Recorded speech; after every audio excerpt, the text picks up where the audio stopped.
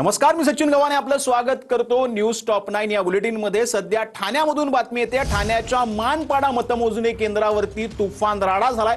शिंदेच्या शिवसेनेच्या मीनाक्षी शिंदे आणि अपक्षांमध्ये हा राडा झाल्याची माहिती मिळते। मतदान केंद्रातील ईव्हीएम मशीन घेऊन जाताना बसेस ज्या आहेत त्या रोखण्यात आल्यात। केंद्रावरती मीनाक्षी शिंदेंसह मोठ्या संख्येने शिवसैनिकांची गर्दी सध्या पाहायला मिळते। तर आपले प्रतिनिधी रणजित इंगळे जे आहेत ते आपल्या सोबत लाईव्ह जोडले गेलेले आहेत। रणजित, ठाण्यामध्ये आता सध्या काय वातावरण आहे? सध्या काय तिथे घडतंय? नक्की काय घडलेलं होतं आणि त्यामुळे हा राडा झालाय?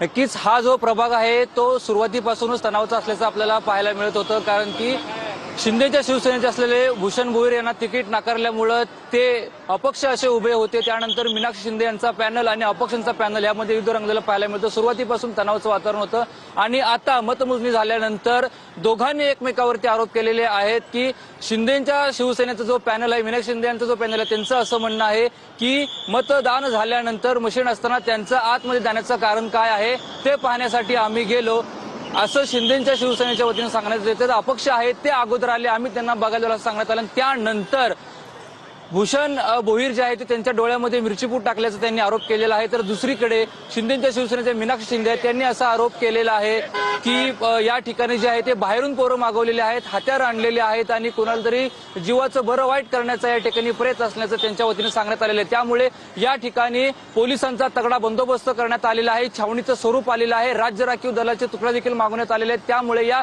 सेंट जॉर्ज हे शाळा आहे, म्हणजे या ठिकाणी जे मतदान केंद्र आहे त्या ठिकाणी मोठं असं या ठिकाणी पोलिसांचा बंदोबस्त आहे आणि आता लाईट देखील बंद करण्यात आलेली आहे। या संपूर्ण माहितीसाठी जे आहे रणजित, त्यासाठी संपूर्ण माहिती जी तुम्ही दिलीत त्यासाठी धन्यवाद। वेळोवेळी आपल्याकडनं या संदर्भात अधिक अपडेट घेऊ। वळूयात पुढच्या बातमीकडे।